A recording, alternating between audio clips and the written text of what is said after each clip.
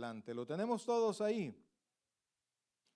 Comenzamos este tema el domingo pasado, vimos la perspectiva de la salvación y tuvimos la oportunidad de mostrar la perspectiva ocupando el ejemplo de la mujer samaritana, de Dios, de Jesucristo, de la mujer samaritana, de los samaritanos y de los discípulos, de los apóstoles, ¿verdad? Ahora vamos a continuar con esa misma historia y vamos a entrar al tema de la adoración.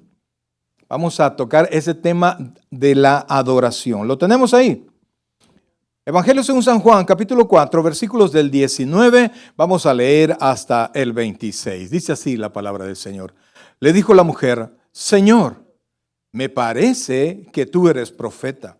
Nuestros padres adoraron en este monte y vosotros decís que en Jerusalén es el lugar donde se debe adorar.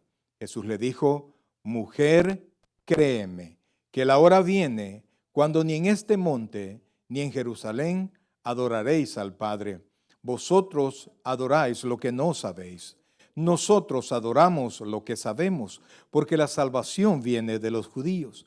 Mas la hora viene, repita eso, mas la hora viene, y ahora es, cuando los verdaderos adoradores adorarán al Padre en espíritu y en verdad, porque también el Padre tales adoradores busca que le adoren. Dios es espíritu, y los que le adoran en espíritu y en verdad mire que dice, necesario que le adoren. Le dijo la mujer: sé que ha de venir el Mesías llamado el Cristo. Cuando Él venga, nos declarará todas las cosas. Jesús le dijo: yo soy el que habla contigo. Oh buen Dios y Padre nuestro, háblanos ahora el corazón, ayúdanos a comprender, Señor, la bendición, Padre, que tú nos has dado en la salvación, Señor, y la responsabilidad que como creyentes, Dios, tenemos de adorar al Dios vivo y verdadero, no de la manera como nosotros deseamos hacerlo, sino como tú quieres que se haga, Señor. Nos ponemos en tus manos, háblanos al corazón, ayúdanos a hacer a un lado cualquier preocupación que tengamos, Señor, y para podernos centrar en lo que tú quieres decirnos ahora. Háblanos al corazón, te lo suplicamos. Espíritu Santo, te imploro en el nombre de Jesucristo y por su sangre derramada en la cruz, bendícenos hoy con tu palabra. Gracias Dios, gracias Padre, te alabamos y te bendecimos en el nombre de Jesús. Amén y amén. Pueden sentarse, por favor. Fíjense, mis queridos hermanos, que en el libro del Éxodo, ¿qué número de libro es el Éxodo en la Biblia? Son 66 libros. ¿Qué número es? El segundo, correcto, ¿verdad? Ya si me lo ponchaba en eso, estamos difícil, amado hermano. Hay que volver a darle vuelta a la Biblia, ¿verdad? Entonces, en el libro del Éxodo, en el capítulo 32, hay un pasaje que narra la historia. Oiga bien esto, por favor, porque eso nos acontece a todos constantemente. Narra el momento en el que Moisés subió al monte Horeb a recibir del Señor las tablas de la ley, a recibir el mensaje de Dios y la directriz de Dios para todo lo que tenía que hacer con Israel, porque Israel estuvo un año y ese era el proyecto. Un año tenía que estar en el desierto. Ahí el Señor le iba a enseñar qué era todo lo que tenía que hacer, la construcción del tabernáculo, le iba a dar la ley, le iba a dar normas específicas para que el pueblo de Israel la cumpliera. Porque, oiga, que es curioso, fíjese, que la creación se narra en 56 versículos, pero los datos específicos de lo que es la construcción del tabernáculo y los utensilios del tabernáculo, que es el candelabro, la mesa de la proposición, el lavacro, etcétera, etcétera, el Señor lo dio en 254 versículos.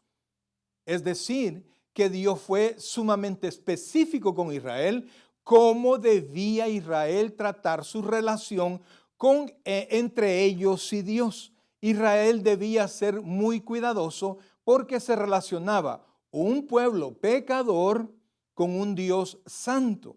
Amados hermanos, la santidad de Dios es increíble. De tal manera lo pone el apóstol Pablo ya para terminar una de sus cartas a Timoteo y habla antes de decir que sea el imperio y la gloria y la majestad para nuestro Dios. Dice que Dios vive en la luz inaccesible. De tal manera, amados hermanos, que si Dios no hubiese decidido darse a conocer al hombre, el hombre a esta fecha no sabría de dónde viene, no tendría idea de Dios. Es decir, que todo lo que sabemos de Dios nos es conocido porque Él ha querido revelarse a nosotros. Entonces, Israel acababa de ser sacado de Egipto y entonces estaban esperando a su libertador. Israel no conocía verdaderamente a su Dios. Entonces, estaban esperando y recuerde que Egipto es un lugar sumamente idólatra. En una cantidad de ídolos, de dioses paganos, que usted no tiene idea, e Israel nació, no nació, sino que se desarrolló 340 años en ese lugar. Entonces es bien difícil que no se tomen, que no se haga parte de la cultura e inclusive de la religión en ese largo espacio de tiempo. Entonces Israel fue sacado de ahí, llevado al desierto. Ya conoce usted toda la historia de cómo Dios sacó con brazo fuerte a Israel de Egipto. Y estando en el desierto, este capítulo 32 narra el momento cuando Moisés estaba delante de Dios y el pueblo estaba esperando abajo. El pueblo se desesperó. ¿El pueblo qué? Se desesperó, así como nosotros estamos esperando un favor de Dios, una ayuda de Dios, que según nosotros nos surge y Dios parece que tarda en dar la respuesta, y tanto creemos que tarda que llegamos nosotros a la conclusión de que Dios se ha olvidado de nosotros. Quiero decirle algo, Dios no se olvida de sus hijos, con que no se olvida de los impíos. Miren, la Biblia dice que el malo ha sido hecho para el día malo. O sea, Dios tiene todo enfrente. No hay nada que se le vaya de largo a Dios. Entonces, si usted está esperando algo de Dios y usted sabe que Dios se lo va a dar, usted tiene que aprender a esperar pacientemente. Diga conmigo, pacientemente. Y esperar pacientemente no es quedarse en la silla a ver cuándo, como decían, San Juan baja el dedo, ¿verdad? No, es continuar con su vida cristiana en fe a pesar del problema que está viviendo. Sin embargo, Israel se desesperó. Aarón, el hermano de Moisés, que después fue ordenado como sacerdote, mejor dicho, atendió al pueblo porque el pueblo llegó con una petición. Y la petición fue: haznos dioses.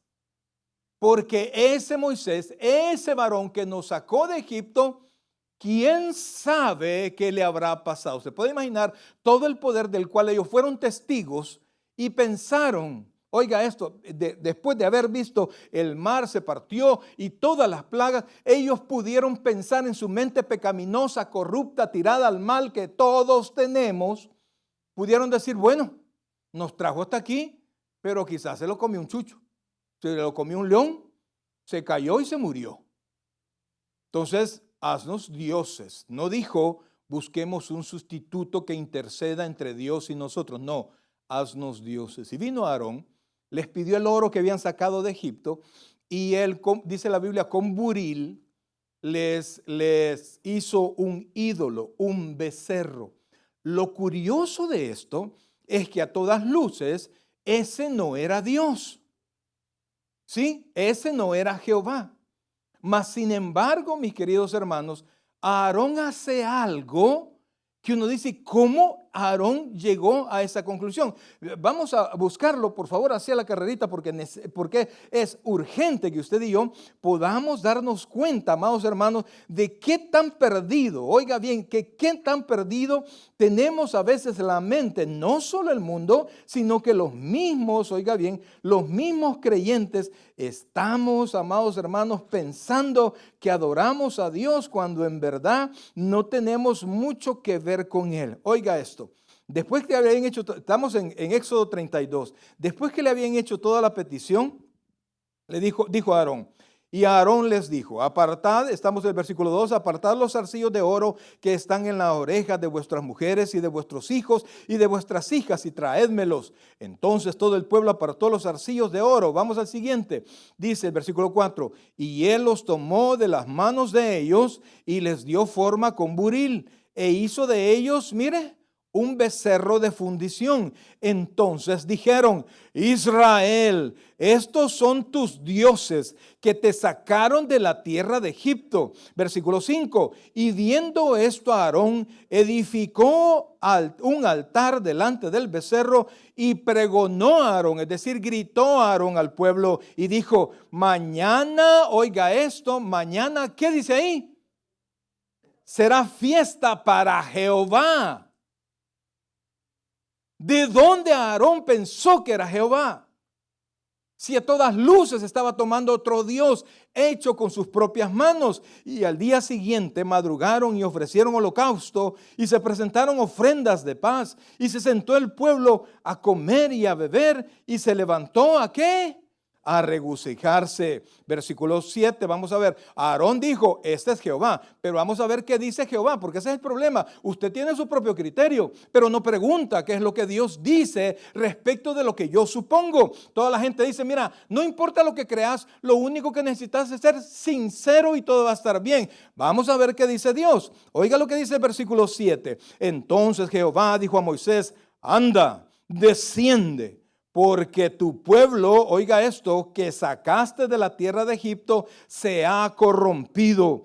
Pronto se han apartado del camino que yo les mandé. Se han hecho un becerro de fundición y lo han adorado y le han ofrecido sacrificio. Y han dicho, Israel, estos son tus dioses que te sacaron de la tierra de Egipto. Que es lo que pensaba hacer Dios. Dijo más Jehová a Moisés, yo he visto a este pueblo que por cierto es pueblo de dura cerviz, como que estuviera hablando de nosotros, ¿no? Terco, necio, no importa, yo voy, no me importa, me gusta. Bueno, sigamos. Dice, ahora pues, mire lo que dijo Dios, déjame que se encienda mi ira en ellos y los consuma, y de ti yo haré una nación grande. Dios se enojó tanto por ese becerro que iba a hacer que Moisés tomara el lugar de Abraham. ¿Por qué? Porque ellos adoraron como ellos quisieron adorar. No importa, todas las religiones son buenas. No, mi hermano. No se engañe. Todas las religiones llevan a Dios. Todos los caminos conducen a Roma. Eso que todos los caminos en Roma conducen a Roma es cierto. Pero no todo sistema de adoración conduce a Dios. El apóstol Pablo dice y asegura que detrás de todos los ídolos hay demonios. Y que todo lo que hacen para un ídolo, lo que llevan en procesión y prenden velas y todo eso, a los demonios se lo dan, se lo entregan. Y el pueblo de Dios está tan confundido y está tan enamorado con el ecumenismo que todos juntos, católicos, evangélicos, testigos de Jehová, adoremos al Dios de los cielos. Eso, amados hermanos, no puede ser, porque nadie puede llegar a Dios si no es a través de Jesucristo. Amados, perdónenme, el evangelio no une, el evangelio separa. No, pastor, pero esas no son palabras que están de moda, porque ahora hay que ser, ¿cómo? Inclusivo. Pero el evangelio es excluyente, de tal manera que solo los que Dios llama logran llegar a Él. Y si usted llegó a Él, glorifique el nombre de Dios, porque nada había en nosotros para estar donde estamos, iglesia. Amén. Dele un fuerte aplauso a Dios por su misericordia y por la gracia que ha tenido con nosotros. Entonces, amados hermanos, se da cuenta que que el hecho de tener una actitud espiritual, el hecho de prender velas y estamos hablando con Dios. ¿No es así? Y Dios ha establecido específicamente y le estableció a Israel las formas como Israel debía presentarse delante de Dios. Por eso es que Israel era tan estricto, porque de eso que hizo Dios, Moisés lo detuvo que no destruyera todo el pueblo, pero Dios no se quedó así. Dios mató a miles, oiga bien, mató a miles por esa locura que hicieron.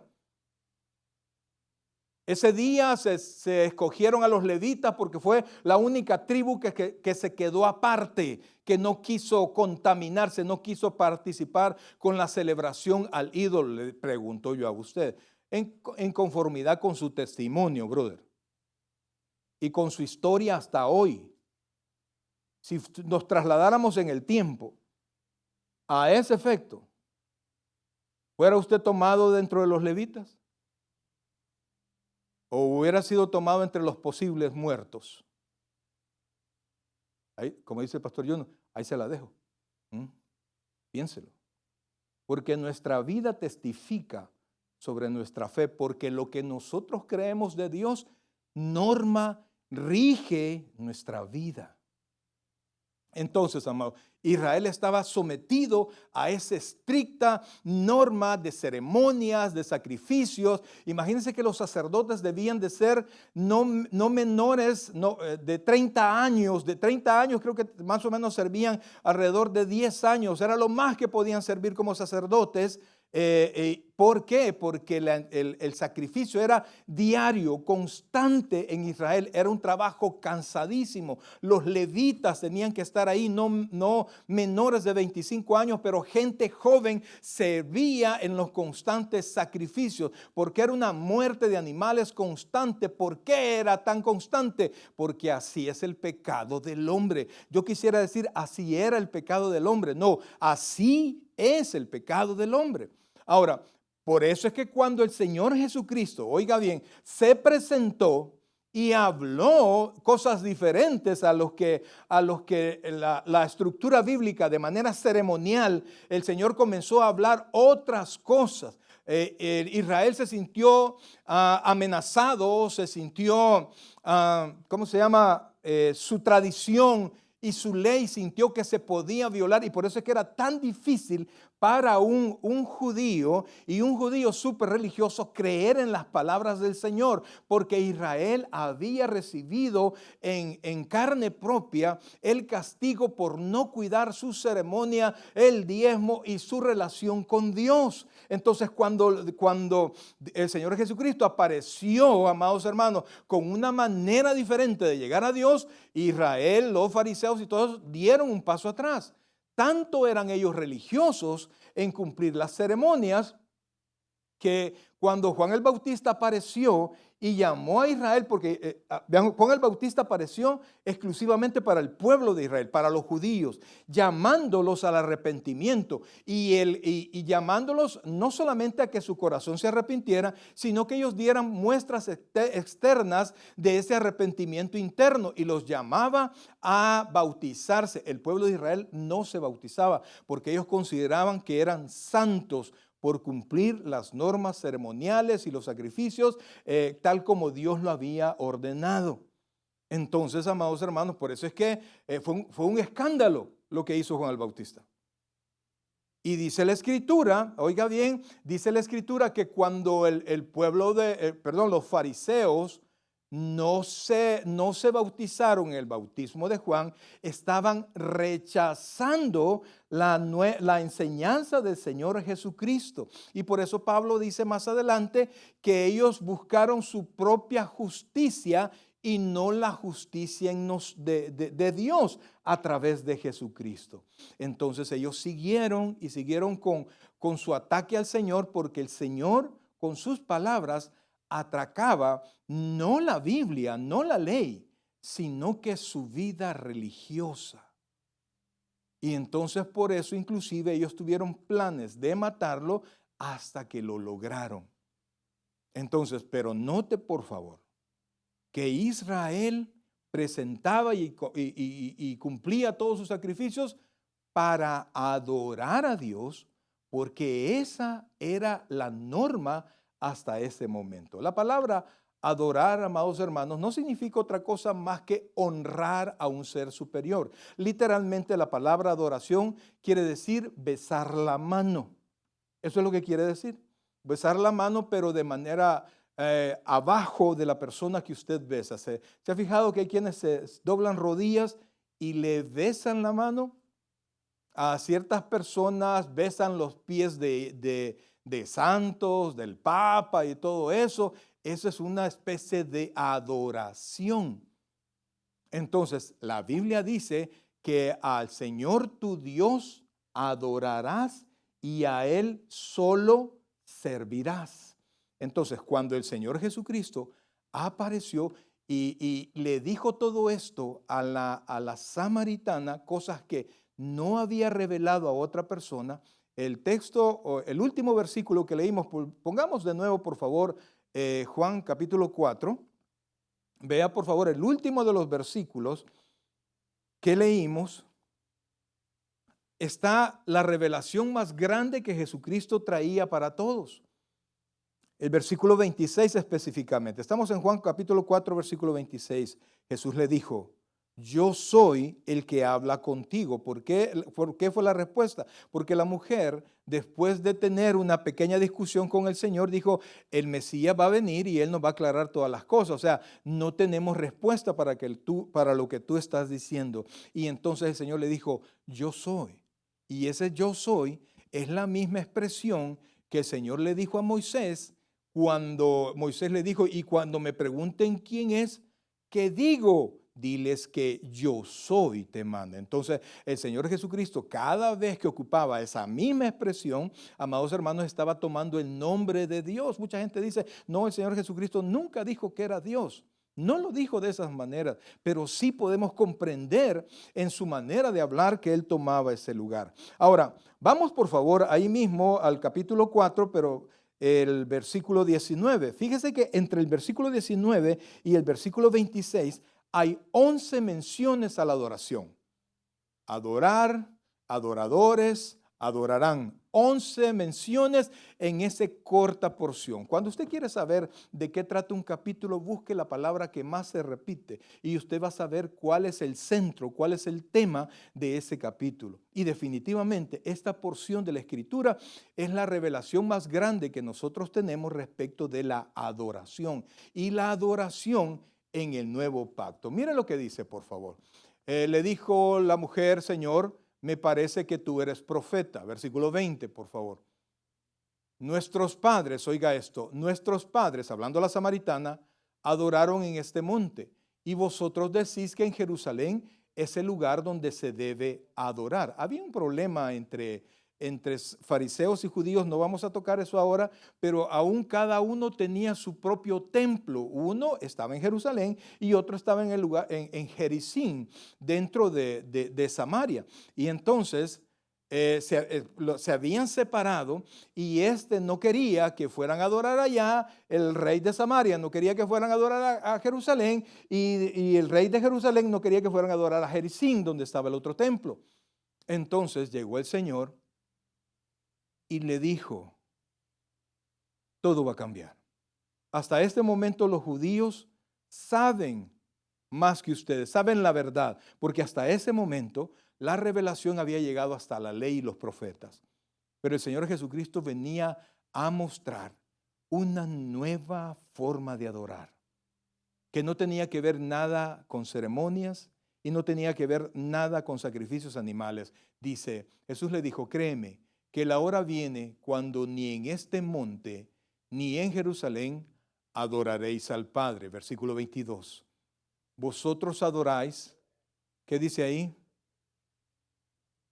Es bien difícil cuando nosotros queremos adorar a un Dios que no conocemos. ¿Está conmigo, iglesia? No sabemos, no conocemos el carácter de Dios. Hacemos un Dios como que tuviéramos un buril nosotros también y hacemos nuestro propio Dios. La gente dice: Dios me entiende. ¿Cuántos han escuchado eso? ¿O cuántos han dicho eso? El Señor me conoce, sabe cuáles son mis intenciones y por eso no cumplo esa parte de la Biblia, porque Él me conoce. ¿Y usted conoce a Dios? ¿Conoce usted que la Biblia dice, el mismo Señor dijo, sabes que mi nombre es celoso porque yo celoso soy? Entendemos cuando Dios dice que es justo y al mismo tiempo que es santo y que es bueno y que es todopoderoso. Entendemos que cada una de sus cualidades, de sus atributos, tienen inmerso cada uno de sus atributos. Es decir, y esto lo explicaba la otra vez, cuando Dios hace justicia, su justicia es una justicia santa, es una justicia buena, es una justicia todopoderosa y es una justicia eterna. La gracia de Dios es buena. La gracia de Dios es poderosa porque con esa gracia nos ha podido a nosotros ser salvos. Entonces, cuando nosotros no conocemos a Dios, hacemos en nuestra mente nuestro propio Dios y adoramos a Dios. Y ahora vemos las iglesias que ocupan luces, humo, batería. Mire, yo los veía, pues no tuvimos la batería al principio. Los hermanos, ay, tal, que tal, no se sintieron bien. El que no se sintió bien, el pongo de la batería no se sintió, brother, porque no estaban tocando. Pero yo le pregunto a usted y quiero que usted se conteste usted solo. ¿Qué vino a hacer a la iglesia? ¿Cuál es el propósito suyo de estar aquí?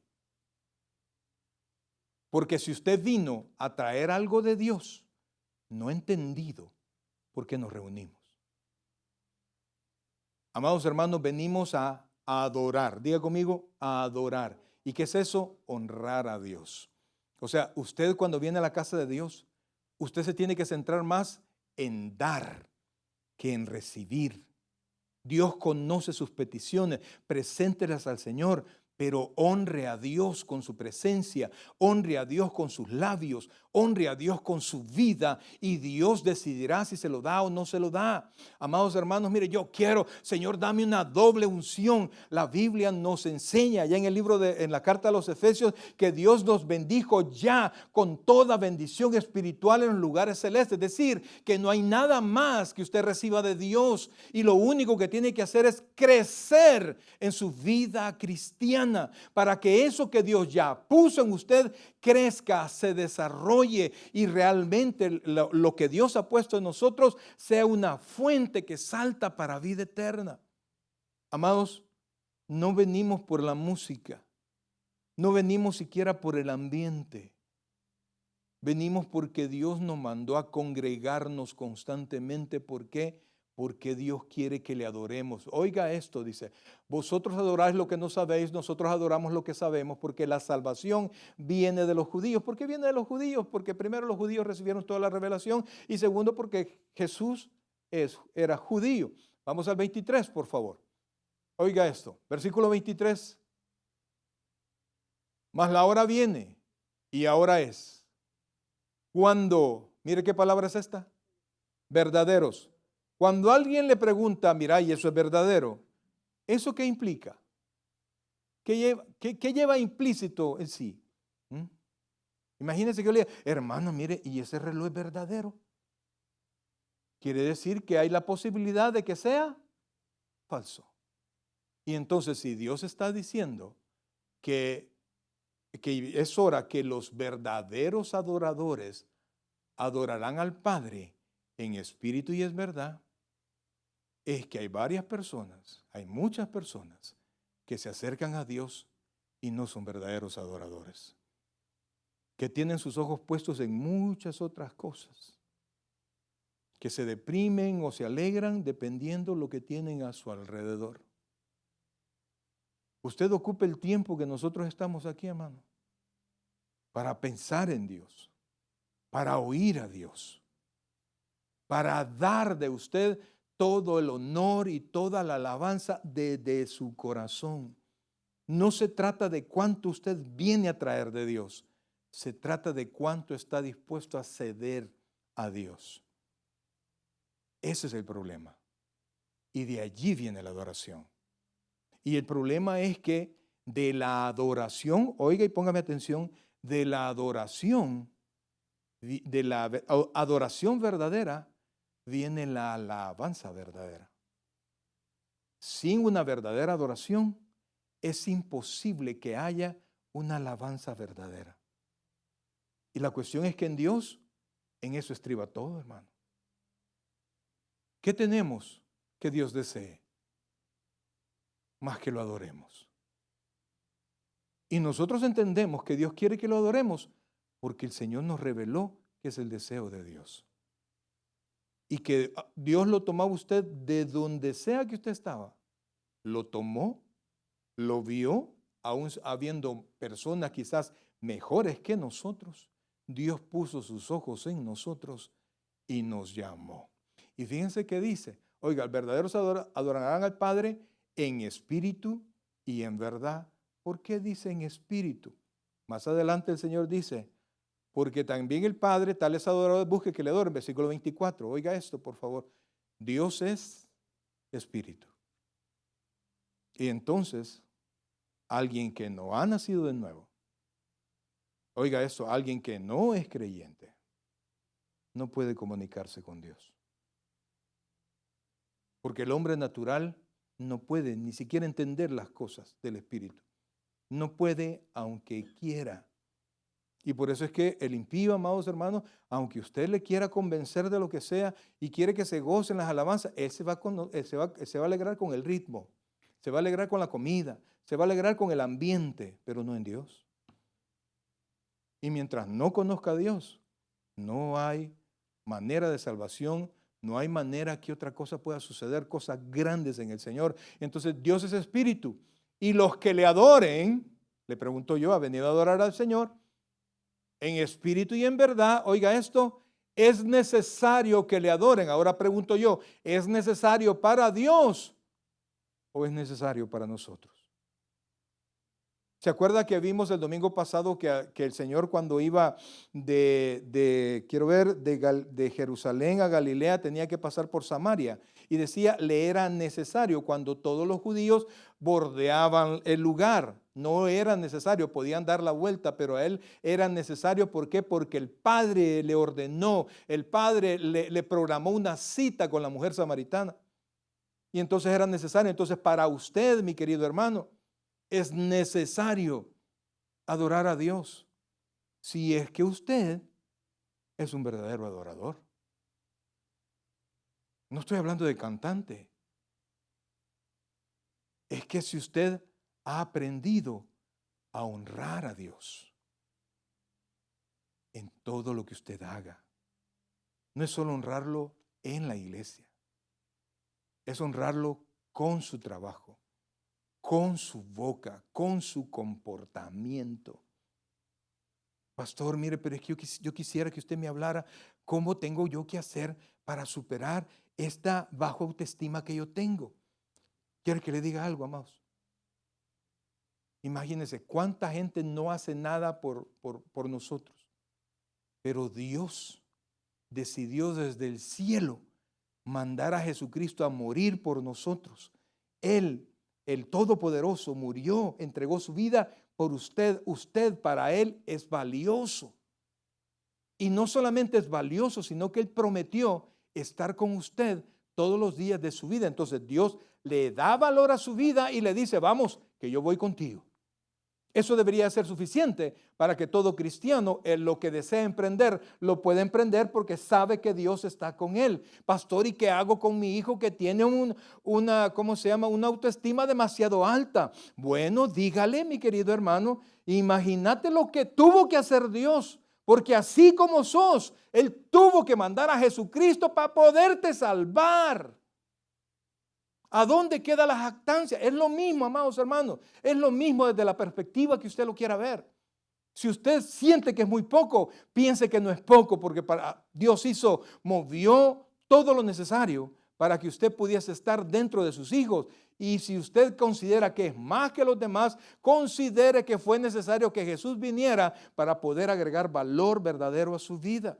Amados hermanos, mire, la Biblia es práctica, la palabra es práctica, las doctrinas son prácticas, no solo son para ser escuchadas dentro de las cuatro paredes de la iglesia, sino que son para que me acompañen a mí, para que yo pueda estar seguro de quién es Dios, de que está conmigo y que nunca me va a desamparar. Y entonces dice, Dios es espíritu y los que le adoren en espíritu y en verdad es necesario que le adoren. Versículo 25, por favor, le dijo la mujer, sé que ha de venir el Mesías, llamado el Cristo. Cuando Él venga, nos declarará todas las cosas. Él, ya vimos eso, confesó, yo soy el Cristo. La mujer con eso tuvo suficiente y corrió a llamar a otras personas. La carta a los Romanos, capítulo 12, no lo busque. Versículo 1 y 2, dice el apóstol Pablo, os ruego por las misericordias de Dios. ¿Cuáles son las misericordias de Dios?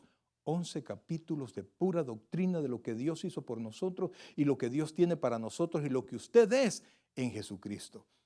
Os ruego por las misericordias de Dios que presentéis, oiga esto, vuestros cuerpos. ¿Presente el qué?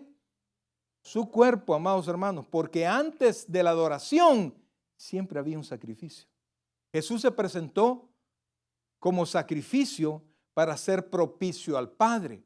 Pero ahora nosotros no presentamos ese tipo de sacrificio, sino que nosotros mismos, dejando que el Espíritu Santo obre en nosotros, nos presentamos delante de Dios como sacrificio no muerto, porque el Antiguo Testamento era con animales muertos. Usted viene vivo, consciente, sabiendo que los ojos de Dios están en usted. Entonces dice, os ruego por la misericordia de Dios que presentéis vuestros cuerpos en sacrificio vivo.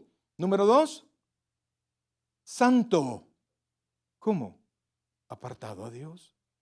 Amado, si viene por esas puertas con dos pensamientos, pensando que tiene que estar en otro lado, que tiene que hacer en otro lado, con un problema, que no puede soltar el problema, no puede confiar en Dios y dejarle el problema a Dios, al menos el tiempo que usted lo va a estar adorando, su adoración no es pura. Es enredada con su propia carnalidad, porque lo que se abate es la carne, el espíritu, la verdad está dispuesto, pero la carne es débil. Entonces usted tiene que aprender a soltar. Entonces dice, santo, oiga esto, agradable a Dios, o sea, de la manera que Dios dice, no de la manera que usted dice, y a este punto quiero llegar, que es vuestro, ¿qué dice ahí? Culto racional. Estas dos palabras, culto racional, a mí siempre me dieron problemas. Y antes, pues, al menos yo, no tenía las facilidades que ahora hay de buscar, de consultar diccionarios, ¿cómo se llama? En griego, poder interpretar un poquito más de lo que ahí dice. Entonces yo decía, pues es tu culto, es un culto, es la manera lógica de adorar al Señor. ¿Por qué? Porque Dios nos ha dado tanto de sus misericordias que es correcto que nosotros vengamos y nos despojemos de todo y le adoremos a Él. Buscando ahora, la palabra culto, oiga bien, significa adoración. O sea que usted venga, si usted viene así, usted viene a adorar al Señor. Si usted viene con soberbia, usted va a poder cantar, usted va a poder ofrendar, usted va a poder hablar con los hermanos, inclusive insultar a dos que tres o saludar a dos que tres, no lo sé. Pero nunca va a poder adorar a Dios. Porque para adorar a Dios, usted tiene que venir como un sacrificio vivo, con su mente santificada en Él, apartada en Él, haciendo a un lado todo. Agradable a Dios, como Dios dice que debe de ser, amado. Si entró por esas puertas en pecado, póngase a cuentas con Dios. Y después dice que es vuestro culto racional. La palabra racional viene del griego lógicos, que significa donde nosotros tomamos la palabra lógico. Y entonces estuve yo más o menos en la verdad. Es una adoración, amados hermanos. Es la única, oiga esto, es la única manera sensata, lógica espiritualmente hablando, de adorar a Dios. ¿Cómo? Vuelva a leer el texto. Y mire cómo vino a la casa de Dios. A veces no queremos venir. Y es normal. Somos humanos. A veces venimos enojados. Y es normal. Somos bravos. Mecha corta, dicen por ahí. A veces venimos con 2 y hasta 3 pensamientos, es normal. Tenemos una vida allá afuera que tenemos que desarrollar, trabajos, proyectos, problemas, es normal. Lo que no es normal es que un nacido de nuevo no pueda depositar todo eso en las manos de Dios, porque Dios le dijo, deposítalos en mí. todas tus cargas, deposítalas en mí. ¿Por qué? Para que el día que estamos adorando a Dios, lo podamos hacer libremente. No hay manera de adorar al Señor con las pasiones carnales encendidas. No hay. Codiciando a la esposa de alguien o codiciando otras cosas. No hay manera. Y así los hermanos estén queriendo cantar y hacer lo que sea. No hay manera. Usted va a poder cantar, pero no va a poder alabar, porque la alabanza viene de un corazón que adora. ¿Se comprende, iglesia? ¿Y sabe usted? Ay, pues ese es en la iglesia. Está bien. Pero las puertas que Dios cierra, mi querido hermano, dice la Escritura, que nadie las puede abrir. Y las puertas que Dios abre, nadie las puede cerrar. ¿Qué tan comprometido está usted en adorar a Dios? Cuando yo pienso en mis muchachos y todo lo que mis muchachos necesitan, cuando pienso en la iglesia y todo lo que queremos desarrollar en la iglesia, amado hermano, mis problemas personales se quedaron en mi casa. Allá tengo mi esquina de oración.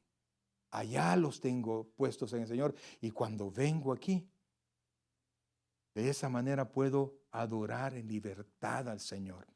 En el momento de la oración, entonces los vuelvo a traer y los pongo delante de Dios. Pero mi primer responsabilidad como creyente, ¿cuál es?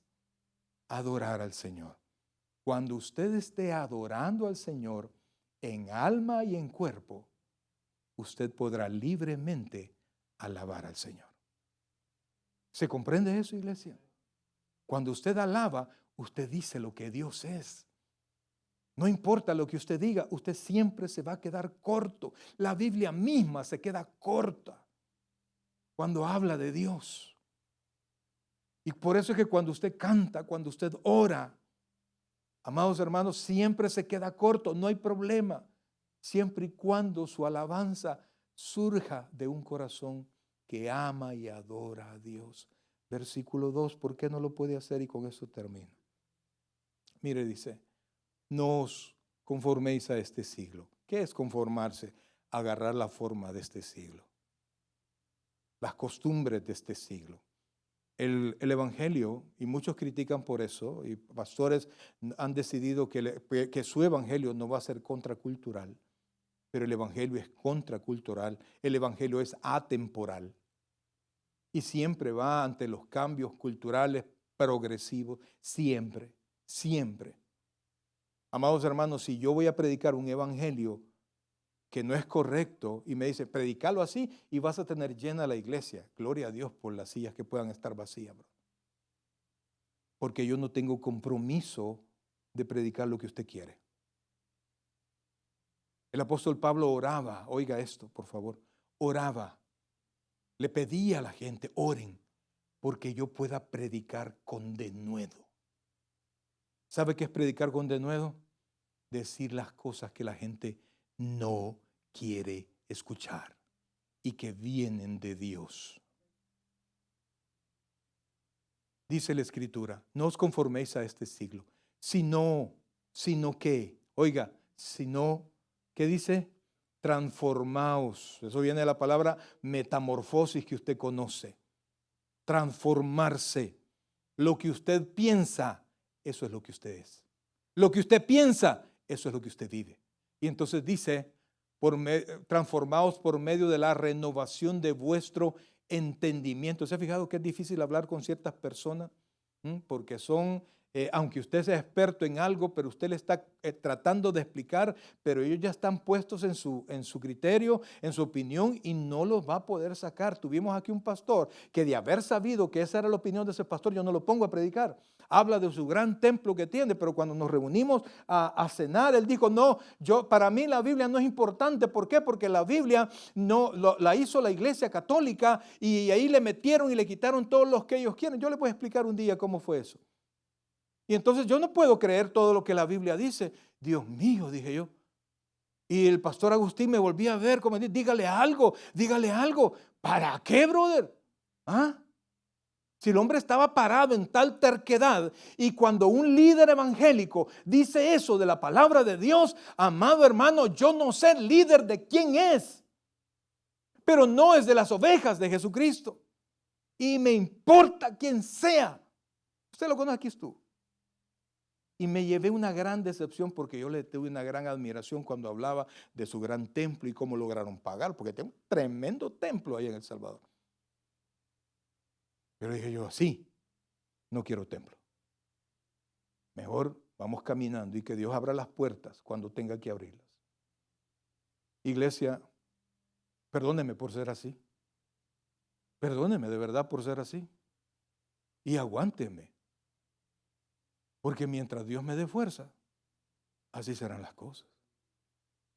Y mientras Dios nos mande cambiar la Biblia, eso hemos de predicar. Y después dice, oiga esto, sino transformaos por medio de la renovación de vuestro entendimiento. Por eso es que el apóstol Pablo ora porque Dios ilumine los ojos de vuestro entendimiento para que usted pueda comprobar la altura, la anchura y la profundidad del amor de Cristo. Y después dice, oiga esto, ¿para qué? Y esto es lo importante, para que comprobéis cuál sea. Y le da, mire las características que la Biblia le da, que el apóstol Pablo le da a la voluntad de Dios. Hay cosas que no nos gustan de la voluntad de Dios. ¿Cuántos hemos recibido cosas de la voluntad de Dios que no nos gustan? ¿Cuántos? ¿Cuántos hemos estado enfermos? ¿Cuántos hemos perdido? ¿Cuántos hemos tenido cosas que, Dios mío, ¿verdad? ¿Cuántos han muerto seres queridos cerca de nosotros? Pues quiero decirle, esa ha sido la voluntad de Dios. Entonces, cuando nosotros no conocemos a Dios, no conocemos el carácter de Dios, dudamos de la palabra de Dios, es imposible que podamos pensar que la palabra de Dios es, mire, dice, ¿cuál sea? ¿Cuál es la primera característica? Buena. La segunda característica, ¿cuál es? Oiga la buena voluntad de Dios, y además es agradable y perfecta. ¿Cómo? Alguien que no conoce a Dios va a poder decir, está bien lo que me pasó, porque Dios decidió que pasara. Si no estamos seguros de quién es Dios. Iglesia, la vida del cristiano consiste en conocer y adorar a Dios. Entre más usted conoce a Dios, más usted adora a Dios y más usted alaba a Dios. La relación, o sea, no solo Él, pues avanza, pasen por favor. Oiga, cuando usted conoce a Dios, ¿sabe qué es lo primero que pasa, iglesia? Cuando usted conoce a Dios, usted inmediatamente conoce quién es usted. Porque mientras usted no conoce a Dios, o se valora mucho, o se valora muy poco. Cuando usted conoce a Dios se da cuenta, como le pasó al profeta Isaías, que Dios le dio una visión y dijo, ay de mí que soy hombre muerto, porque mis ojos han visto al Señor y yo soy un hombre de labios, ¿qué dice? Labios pecaminosos y que vengo de un pueblo de labios pecaminosos. O sea, Isaías dijo, no hay esperanza en mí. Y en la visión, un ángel bajó con un carbón encendido y tocó los labios de Isaías. Y tanto cambió la posición de Isaías que el Señor dijo, ¿a quién enviaré? No dijo a qué. No dijo dónde. No dijo por qué. Pero habiendo recibido el carbón encendido de Dios, ¿qué fue lo que dijo Isaías? He aquí, envíame a mí. Sin importar lo que sea. Después de Cristo, estamos capacitados, iglesia. Estamos aptos para desarrollar lo que sea, pero iglesia, aprendamos a adorar a Dios. Repito, adorar no es cantar. Adorar es honrar. Hónrelo en la iglesia, hónrelo en su casa, hónrelo con sus hijos, hónrelo con su trabajo, hónrelo con sus labios, hónrelo con su vida. A veces ser honesto nos sale caro, ¿sí o no? A veces perdemos por ser honestos, pero Dios está viéndonos desde el cielo. Te dieron más, ¿cómo se llama? Cambio. hacer del desentendido bendición. No, esa es una prueba. Y caemos. Oiga bien, caemos en la trampa. Póngase en pie, iglesia. Dios lo ha traído a este lugar. Y el que usted esté aquí, amados, implica la muerte de Cristo, implica la resurrección de Cristo, implica la pasión de Cristo, e implica que Dios un día lo vio a usted, así como me vio a mí en mi estado de pecado y de miseria. Me extendió la mano y me llamó. Así como Isaías recibió el carbón encendido, yo no recibí un carbón encendido.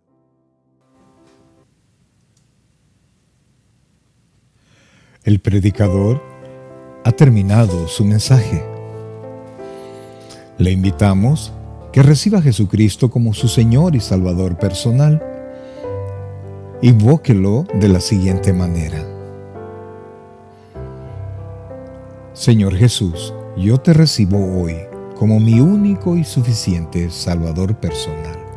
Creo que eres Dios, que moriste en la cruz por mis pecados y que resucitaste al tercer día. Me arrepiento, soy pecador, perdóname, Señor. Salva mi alma hoy, para cuando yo muera pueda estar en tu presencia por siempre. En Cristo Jesús, mi Salvador. Amén. Bienvenido a la familia del Señor.